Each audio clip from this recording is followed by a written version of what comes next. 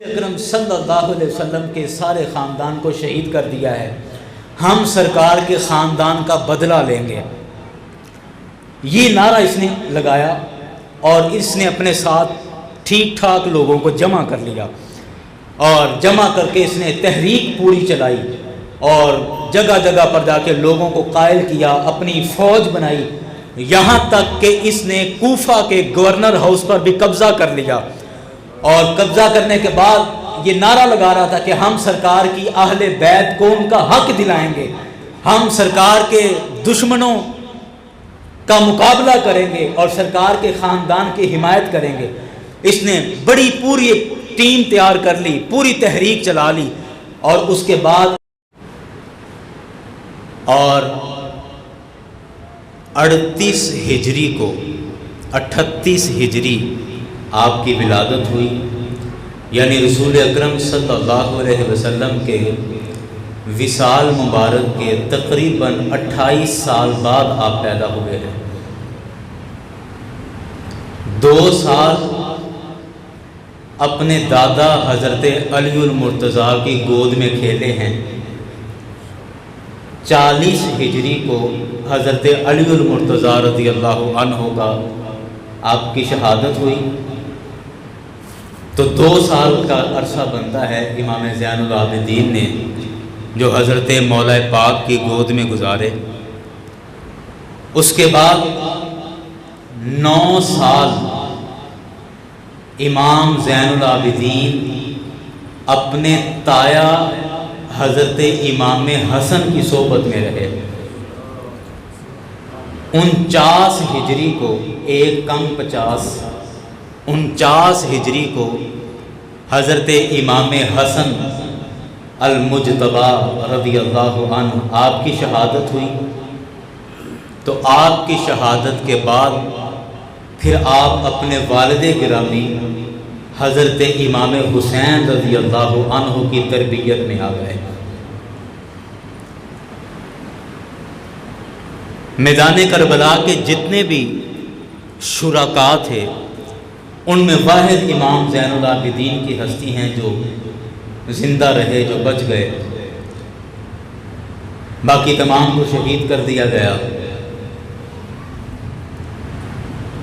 آپ کی اگر زندگی اور آپ کے حالات کو اگر دیکھیں تو یقین کیجئے کہ کلیجہ پھٹ جاتا ہے، آنسو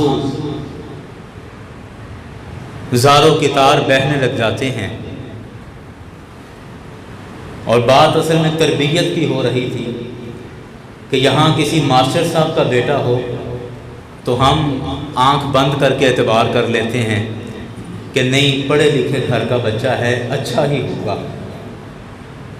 تو اس بچے کے متعلق آپ کیا کہیں گے کہ جن کے باپ، جن کے دادا، جن کے تایا، جن کے نانا سب خاندان نبوت سے ہوں اور جن کی اپنی رگوں میں خون رسول اکرم صلی اللہ علیہ وسلم کا ہو، ان کی تربیت میں آپ کیا شک کر سکتے ہیں؟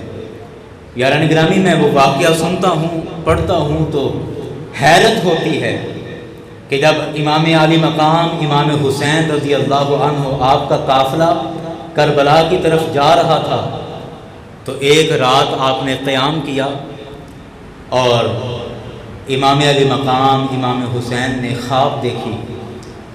تو خواب سے جیسے آپ بیدار ہوئے، نیند سے بیدار ہوئے، تو اٹھ کر آپ نے کہا انا للہ و انا الیہ راجعون والحمد للہ رب العالمین۔ 2 جملے فرمائے۔ تو جیسے یہ جملے بولے تو امام زین العابدین کی اس وقت عمر مبارک 22 سال تھی۔ تو آپ نے اپنے ابا حضور سے عرض کی کہ حضور خیریت تو ہے؟ آپ نے انا للہ بھی پڑھا ہے اور الحمدللہ بھی پڑھا ہے۔ الحمدللہ تو خوشی کے موقع پر پڑھا جاتا ہے اور انا للہ تو غم کے موقع پر پڑھا جاتا ہے۔ تو آپ نے یہ دونوں جملے اکٹھے پڑھے ہیں کہ انا للہ و انا الیہ راجعون والحمدللہ رب العالمین۔ تو حضرت امام حسین رضی اللہ عنہ نے فرمایا کہ بیٹا، بات اصل میں یہ ہے کہ میں نے خواب دیکھی ہے کہ ایک خواب دیکھتا ہوں کہ ایک سوار آیا سواری پر، اور اس نے ہمارے قافلے کی طرف دیکھا، اور میں بھی ان کی طرف، میں اس سوار کی طرف دیکھ رہا ہوں، وہ ہمیں دیکھ رہا ہے۔ تو مجھے دیکھ کر اس نے کہا کہ یہ قافلہ کربلا کی طرف جا رہا ہے اور شہادتیں ان کی طرف آ رہی ہیں۔ قافلہ کربلا کی طرف جا رہا ہے اور شہادتیں ان کی طرف آ رہی ہیں۔ کہتے ہیں یہ اس نے جملہ بولا تو میری آنکھ کھل گئی۔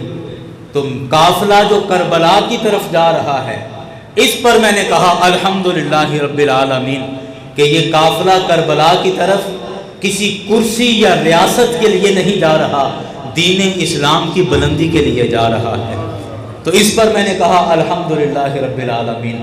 اور جو اس نے کہا کہ شہادتیں تمہاری طرف آ رہی ہیں، تو میں نے کہا انا للہ و انا الیہ راجعون، کہ اگر شہادت آ رہی ہے تو کوئی بات نہیں، ہم بھی تو اللہ کے ہی ہیں اور اللہ کی طرف ہمیں لوٹ کر جانا ہے۔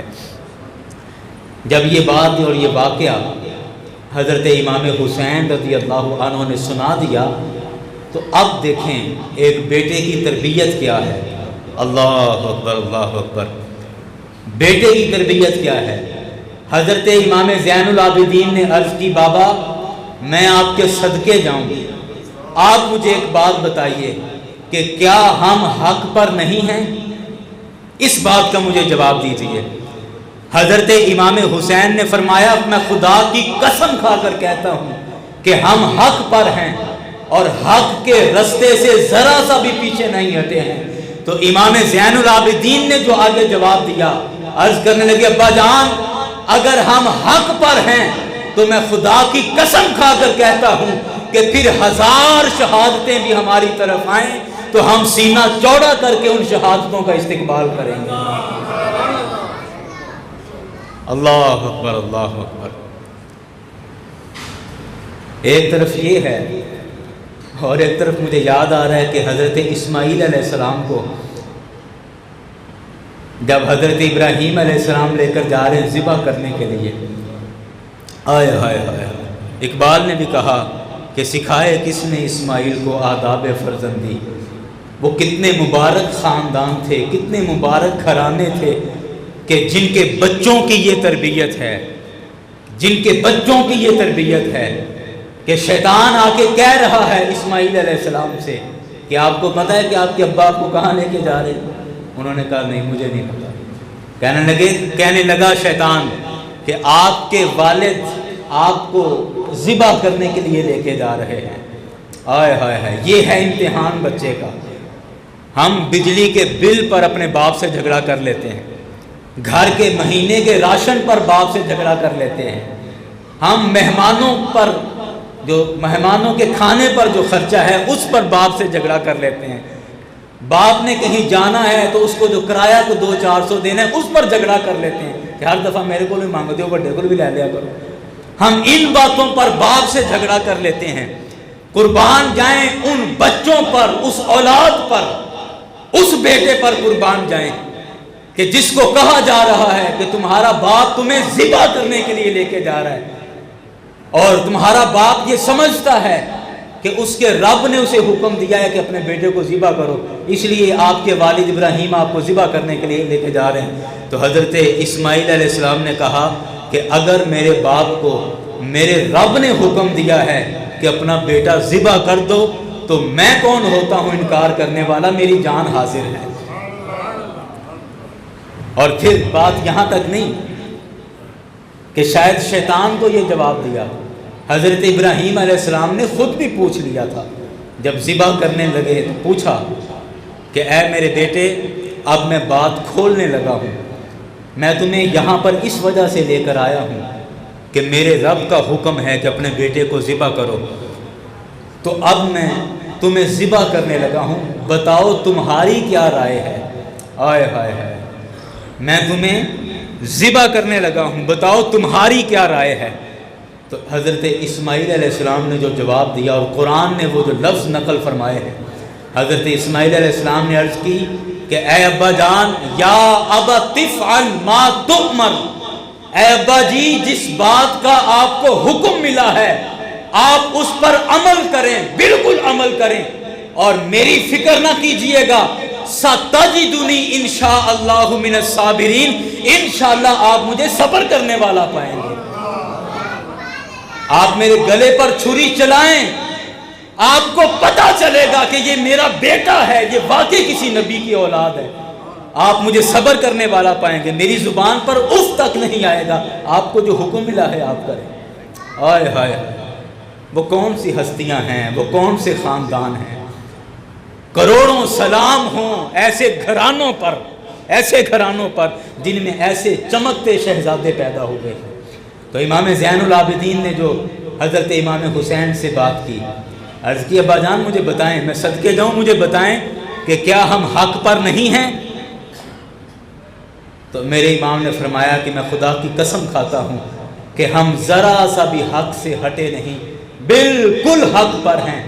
تو آپ عرض کرتے ہیں ابا جی جب حق پر ہیں تو پھر ایسی ہزار شہادتیں ہم قبول کرنے کے لیے تیار ہیں، پھر کس بات کا غم ہے؟ حق پر ہیں تو پھر موت کا کوئی ڈر نہیں ہے۔ ہمیں موت سے نہیں ڈرنا چاہیے، ہمیں اس بات سے ڈرنا چاہیے کہ ہمارے عمل کیسے ہیں۔ ہمیں موت سے نہیں، موت تو آنی ہے، نہ میرے روکے سے رکے گی نہ آپ کے روکے سے رکے گی، موت نہیں رکنی، موت تو آنی ہے۔ تو ڈر موت کا نہیں، امام زین العابدین نے یہ سبق سکھا دیا ہے، یہ سمجھا دیا ہے کہ ڈرنا موت سے نہیں ہے، ڈرنا ہے تو اپنی بدعمالیوں سے ڈرنا ہے کہ موت سے پہلے میں اچھے کام نہیں کر سکا، موت سے پہلے میرے معاملات غلط رہے، میرے عمل خراب ہیں، میری نمازیں رہ رہی ہیں، میرے فرائض رہ رہے ہیں، میرے عبادتیں رہ رہی ہیں، میں نے لوگوں کا حق کھا رکھا ہے، معاملات میرے رہ رہے ہیں، اس بات کا ڈر ہونا چاہیے۔ موت کا کیا ڈر ہے؟ موت تو آنی ہے۔ اللہ اکبر، اللہ اکبر۔ کسی مجاہد نے بڑے خوبصورت لفظ کہے تھے، کہا تھا کہ اگر موت یقینی اور حتمی ہے تو پھر شہادت اس کا بہترین انتخاب ہے۔ شہادت اس کا موت تو آنی ہے، موت آنی ہے تو پھر شہادت اس کا بہترین انتخاب ہے۔ ڈر کس بات کا ہے؟ اللہ اکبر، اللہ اکبر۔ اس موقع پر میرا جی چاہتا ہے کہ میں اپنے استاد گرامی کو سلام پیش کروں۔ مجھے یاد ہے، یہ میری آنکھوں دیکھا واقعہ، حیدرآباد میں ایک جگہ پر جلسہ ہو رہا تھا، سیرے گھاٹ ایک علاقہ ہے حیدرآباد کا، ہیر آباد میں، وہاں جلسہ ہو رہا تھا، اور میرے استاد گرامی علامہ ڈاکٹر ابو الخیر محمد زبیر صاحب آپ گفتگو فرما رہے تھے، تو کسی نے پرچی بھیجی اور کہا کہ یہ ایم کیو ایم کا علاقہ ہے اور گڑھ ہے ایم کیو ایم کا، تو یہاں آپ اس طرح کی تقریر نہ کریں، یہ ایم کیو ایم والے تو گنڈے ہیں، بدماش ہیں، یہ آپ کا نقصان کریں گے، آپ پر حملہ ہو جائے گا، آپ کا جانی نقصان ہو سکتا ہے۔ اور میں میرا جی چاہتا ہے کہ میں دل سے ان مجاہدان اسلام کو سلام پیش کروں کہ انہوں نے اس موقع پر کہا، کہنے لگے کہ مجھے موت کا ڈر نہیں ہے، موت کا ڈر انہیں ہو موت کا ڈر جنہوں نے اپنی زندگی میں گھپلے کیے ہیں، جنہوں نے زندگی میں لوگوں کے حق کھائے ہیں، لوگوں کے حق مارے ہیں، ظلم کیا ہے، زیادتیاں کی ہیں، انہیں موت کا ڈر ہو، مجھے موت کا ڈر نہیں ہے۔ میں الحمدللہ اپنی زندگی سے مطمئن ہوں، میں آج بھی مر جاؤں تب بھی مطمئن ہوں، کل مروں تب بھی مطمئن ہوں، مجھے اپنی زندگی سے کوئی شکایت نہیں ہے، میں اپنی زندگی سے مطمئن ہوں، آج بھی موت آ جائے تو میں سینہ چوڑا کر کے اس کو قبول کر لوں گا۔ تو بڑی بات یہ ہے کہ ہم اپنی زندگی سے مطمئن ہوں۔ اپنے آپ سے سوال کریں کبھی تنہائی میں کہ کیا ہم اپنی زندگی سے مطمئن ہیں؟ کیا ہم اپنے اعمال سے مطمئن ہیں؟ حقوق اللہ اور حقوق العباد پر ہم مطمئن ہیں؟ اگر نہیں ہیں تو اس کی فکر کریں، ورنہ موت تو آنی ہے، موت آنی ہے، موت کو کوئی روک نہیں سکتا، اور موت کا ڈر بھی نہیں، ڈر ہمیں اپنے اعمال کا ہونا چاہیے، اپنے اعمال کا۔ موت تو آئی جانی ہے۔ یاران گرامی، امام زین العابدین رضی اللہ عنہ کی بات چل رہی تھی کہ اللہ نے ایسے گھرانے کے اندر ایسا بہادر پیدا کیا کہ جو اپنے باپ کے سامنے، حضرت امام حسین جو خود بہادروں کے سردار ہیں، ان کے سامنے کہہ رہے ہیں کہ ابا جی اگر حق پر ہے تو پھر موت کا ڈر کیسا، پھر موت کیا چیز ہے؟ حق پر ہے نا، کوئی پرواہ نہیں ہے۔ تو سب سے ضروری یہ ہے کہ ہم حق پر اپنی زندگی گزاریں، پھر موت تو آئے گی آنی ہی آنی ہے، زندگی حق پر گزارنی چاہیے۔ اللہ اکبر۔ حضرت امام زین العابدین رضی اللہ عنہ، آپ کا ایک غلام تھا، اور ایک روایت میں آتا ہے کہ کوئی کنیز تھی، لونڈی تھی، وہ ایک دفعہ آپ کو وضو کروا رہا تھا، تو وضو کرواتے اس کے ہاتھ سے برتن چھوٹ گیا، وہ پانی بھی امام زین العابدین کے اوپر گر گیا اور وہ برتن بھی آ کے لگا اور اس سے تھوڑا زخم بھی آ گیا۔ تو امام زین العابدین نے ایسے بڑے غصے سے اس کی طرف دیکھا، تو وہ غلام نے فوراً قرآن پاک کی آیت پڑھی، فوراً قرآن پاک کی آیت پڑھی، اور آیت پڑھ کے کہتے ہیں جی حضور غلطی ہو گئی، لیکن میرے رب نے فرمایا ہے کہ اللہ کے جو نیک بندے ہیں والکاظمین الغیظ، وہ غصے کو پی جانے والے ہوتے ہیں۔ اللہ اکبر، اللہ اکبر۔ کیا وہ سنہرا دور تھا۔ آج ہمارے ہاں صرف ایک اچھا عالم یا ایک حافظ وہی آیتیں پڑھ سکتا ہے۔ وہ کیسا مبارک دور تھا کہ جہاں عالم اور حافظ وہ بھی قرآن سمجھتے ہیں، اور وہ مزدور اور ملازم بھی قرآن سمجھتے اور جانتے ہیں۔ تو وہ نوکر نے کہا کہ اللہ کا فرمان ہے کہ والکاظمین الغیظ، کہ غصے کو، اللہ کے نیک بندے غصے کو پی جانے والے ہوتے ہیں۔ حضرت امام زین العابدین نے فوراً کہا، کہنے لگے قد کظمت الغیظ، میں نے اپنے غصے کو پی لیا ہے، میں نے اپنے غصے کو پی لیا۔ پھر کہا کہ بات آیت یہاں پر ختم نہیں ہوئی، اس کے آگے لفظ یہ ہے والکاظمین الغیظ والعافین عن الناس، کہ وہ لوگوں کو معاف کرنے والے بھی ہوتے ہیں۔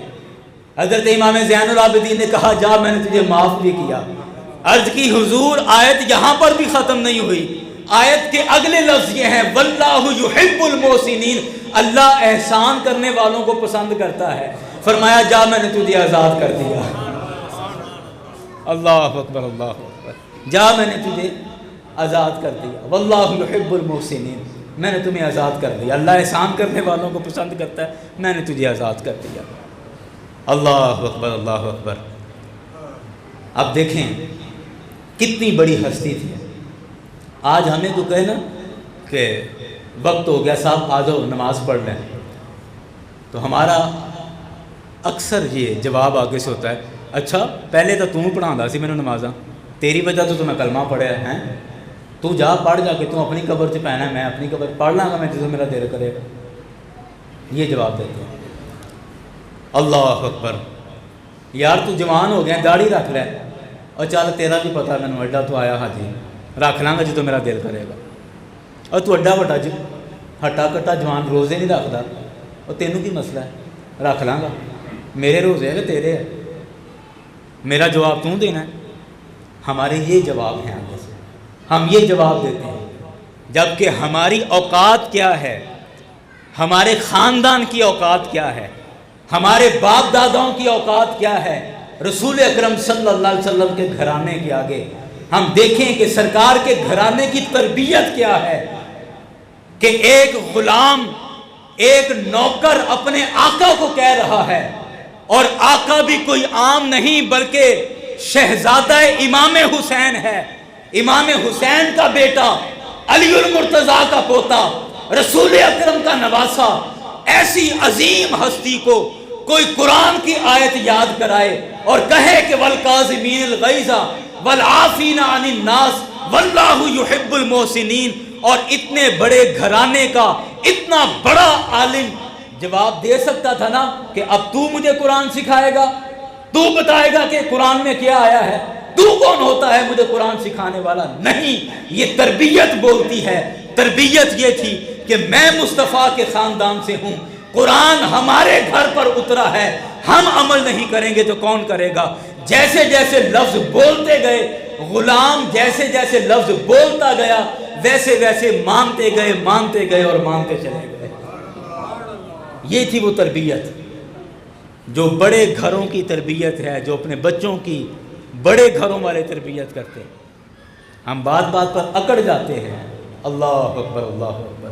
یاران گرامی، ان ہستیوں کی زندگی اسی طرح ہمارے لیے سبق ہے کہ ہم ان کی زندگیاں دیکھیں، سنیں، پڑھیں اور اپنی زندگی کا حساب کریں کہ ہم کہاں کھڑے ہیں، ہم کیا کر رہے ہیں۔ ہمارے آباء، ہمارے بزرگ کون تھے، اور جن بزرگوں کا نام لے لے کر ہم زندگیاں گزار رہے ہیں، ہم ان کی زندگی پر کتنا عمل کر رہے ہیں۔ اقبال نے اسی رونے کو رویا تھا، کہتا تھا کہ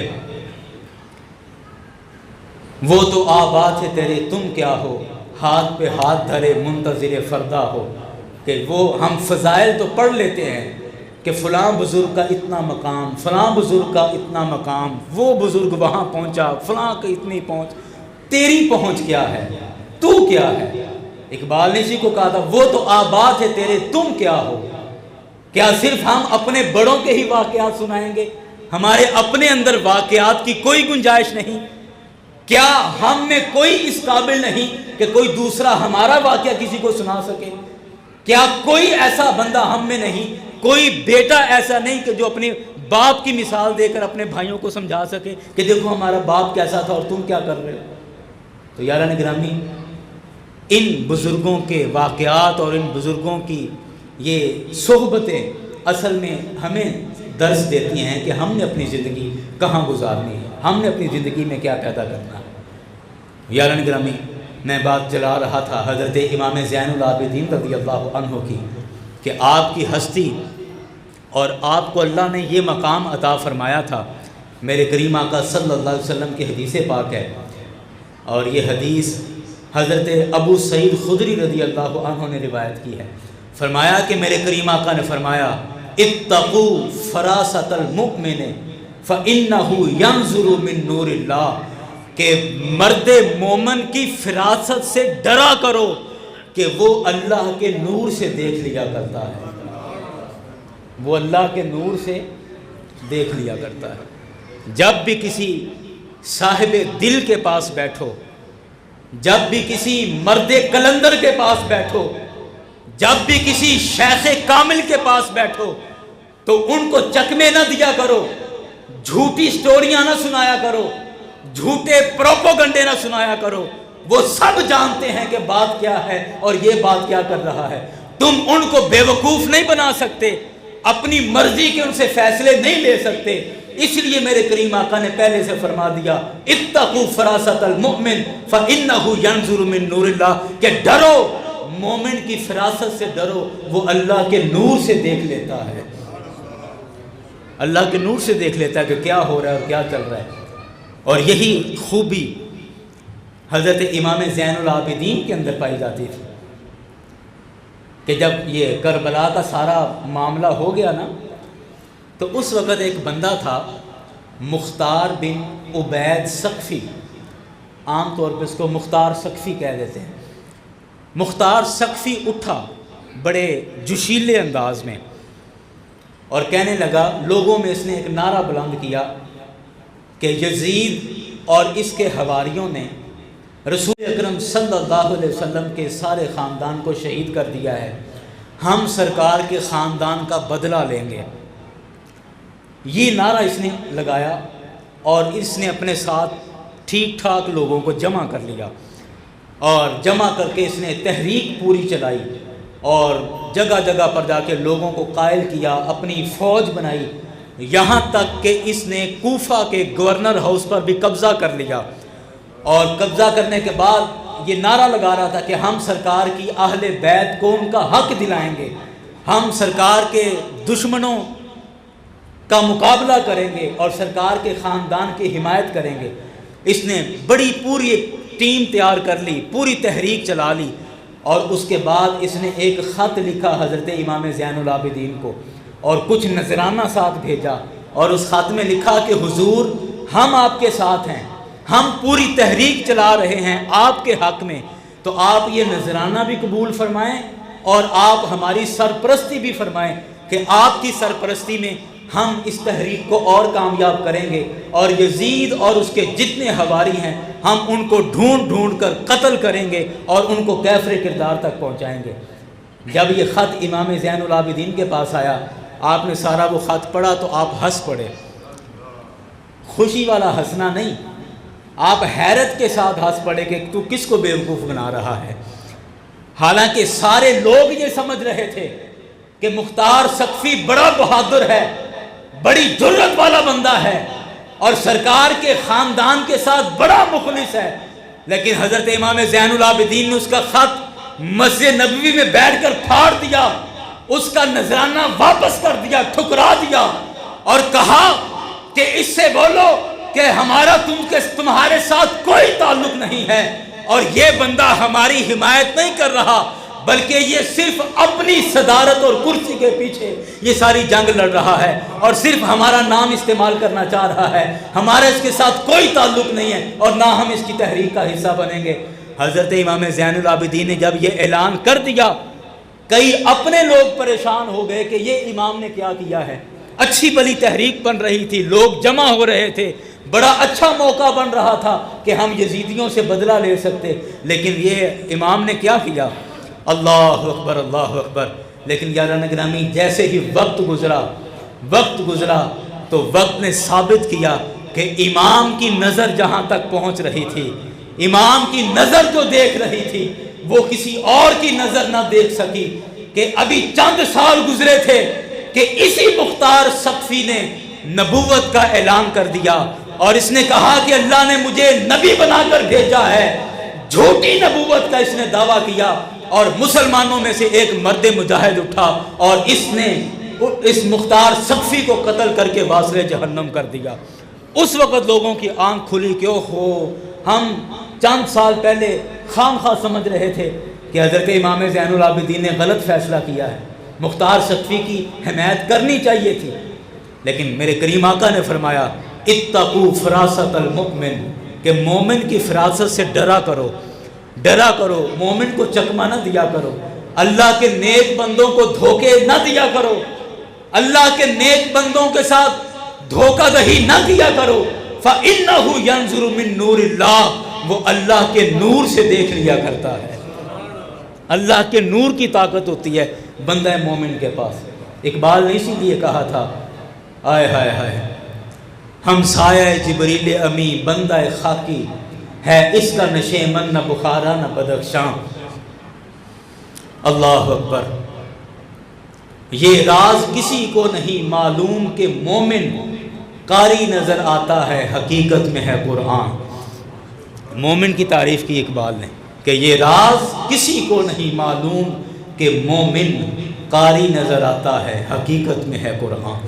حضرت امام زین العابدین، آپ کی سخاوت دیکھیں، آپ کی برداشت دیکھیں، آپ کی ذہانت دیکھیں، اللہ اکبر اللہ اکبر، اور آپ کی بہادری، شجاعت، دلیری، سبحان اللہ سبحان اللہ۔ حضرت امام زین العابدین کا جب وصال ہوا، بات میں ختم کر رہا ہوں، جب آپ کا وصال ہوا تو جب آپ کو غسل دیا جا رہا تھا تو لوگوں نے دیکھا کہ آپ کے کندھوں پر مسلسل بوجھ اٹھانے کے نشان پڑے ہیں،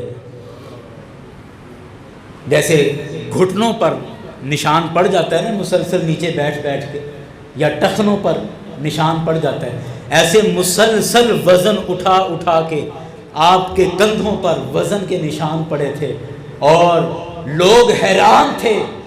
اور حضرت امام زین العابدین کے انتقال کے بعد بڑے راز کھل گئے، بڑی باتیں کھل کر سامنے آئیں کہ 100 سے زیادہ ایسے مستحق گھرانے تھے کہ رات کے اندھیرے میں میرے امام اپنے کندھے پر راشن اٹھا کر ان کے گھر میں پہنچایا کرتے تھے، اور ساری زندگی کسی کو پتہ ہی نہیں چلا کہ ہمارے گھر یہ راشن دے کے کون جاتا ہے، ہمارے گھر یہ راشن دے کے کون جاتا ہے، کسی کو پتہ تک نہیں چلا۔